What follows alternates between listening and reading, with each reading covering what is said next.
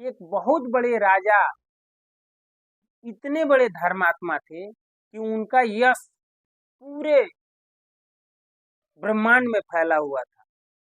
यानी ये कह सकते हैं कि पाताल लोक से लेकर ब्रह्म लोक तक उनका जो है यश फैला हुआ था। इतने बड़े धर्मात्मा थे, वो कभी पाप कृत्य उनसे होता ही नहीं था, सपने में भी। अब देवताओं को ये अच्छा नहीं लगा कि ये मनुष्य होकर हमसे आगे चला जाएगा, तो उन्होंने परीक्षा लेना शुरू किया कि चलो इस राजा की परीक्षा लिया जाए।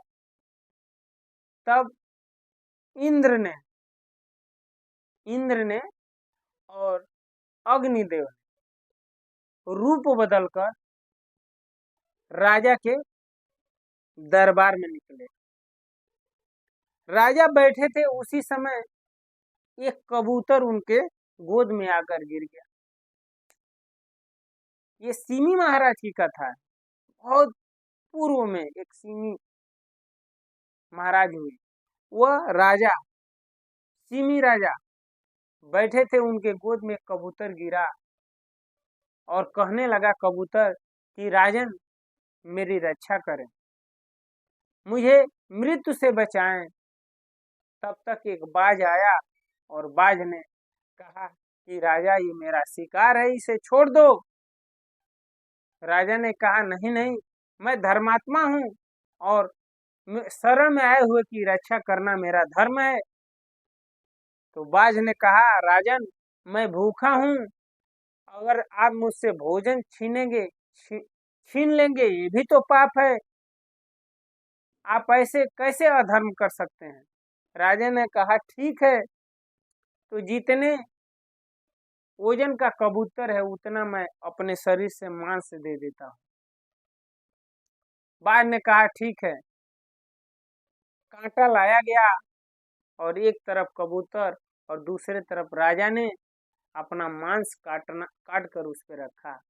ज्यों ज्यों मांस काट कर रखा जाता, कबूतर का वजन बढ़ते जाता।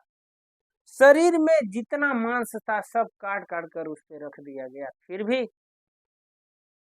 कबूतर बराबर में नहीं आया। बाज ने कहा राजन अब क्या होगा, तुमने तो शर्त हार चुके हो, अब तो इस कबूतर का जान मुझे लेना ही होगा। तब सिमी महाराज ने कहा कि नहीं नहीं, अब मैं स्वयं इस कांटे पे चढ़ जाता हूँ, मुझे भी ले लो, खा लो पूरी तरह से। और जैसे उस कांटे पे चढ़े, फिर भी कबूतर का वजन भारी पड़ गया। तब वहां देवता जो कबूतर बने थे वो अग्निदेव थे और जो बाज बने थे वो इंद्रदेव थे।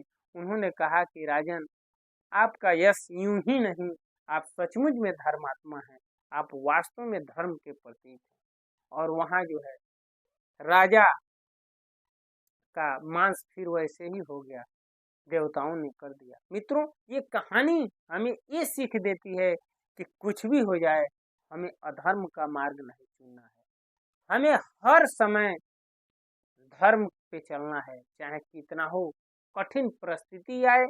क्योंकि परिस्थिति इसलिए ही आता है कठिन परीक्षा लेने के लिए कि मनुष्य उसमें निखर जाता है या बिखर जाता है।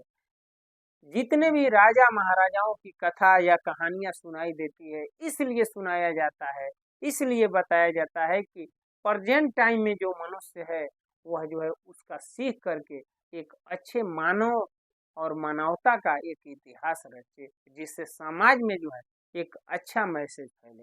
मित्रों, ये कहानी आपको कितना अच्छा लगा कमेंट में जरूर बताइएगा। आज इस वीडियो में इतना ही, अगले वीडियो में फिर मिलते हैं, तब तक के लिए हरे कृष्णा, राम राम जी, नमस्कार, प्रणाम।